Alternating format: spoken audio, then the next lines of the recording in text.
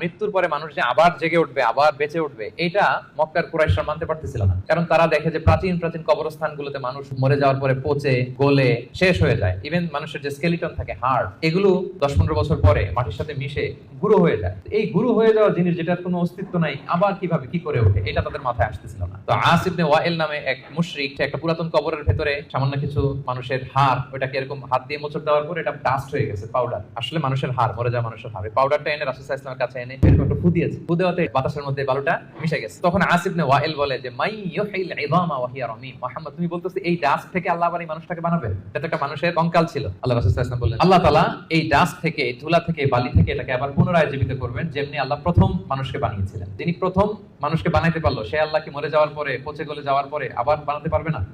এবং আল্লাহ রাসূল সাল্লাল্লাহু আলাইহি ওয়াসাল্লাম বলেছেন মানুষের দেহে একটা হাড্ডির কণা আছে, ইন্না ফিল ইনসানি আযমুন লা ইয়াকুলুহুল আরদু আবাদান। একটা হাড্ডির কণা আছে যেটা কখনো মাটি বালু এটাকে খেতে পারে না। মিনহা ইউরাক্কাবুল খালকু ইয়াউমাল কিয়ামা, কিয়ামতের দিন এখান থেকেই মানুষের আবার পুনঃসৃষ্টি হবে। সাহাবারা বললেন আইয়ু আযমিন ইয়া রাসূলুল্লাহ, এই হাড্ডিটার নাম কি? আল্লাহ রাসূল সাল্লাল্লাহু আলাইহি ওয়াসাল্লাম বললেন আজবুদ জানাত। ডাক্তারি ভাষায় এটাকে বলে কক্সিক। আমাদের যে শিরদাঁড়া আছে না, মেরুদণ্ড, এই মেরুদণ্ডের একেবারে নিচে ট্রায়াঙ্গেল একটা ত্রিভুজ আকৃতির ছোট্ট বোন পার্টিকেল আছে, এটা নষ্ট হয় না। হিন্দুরা যে শ্মশানে লাশ পোড়ায়, সব পুড়ে যায়, ওইটা পুড়ে না। আমরা যে কবরস্থ করি, কবর মাটি সব খেয়ে ফেলতে পারে, কিন্তু ওই ছোট্ট হাড্ডি কণিকাটা নষ্ট হয় না।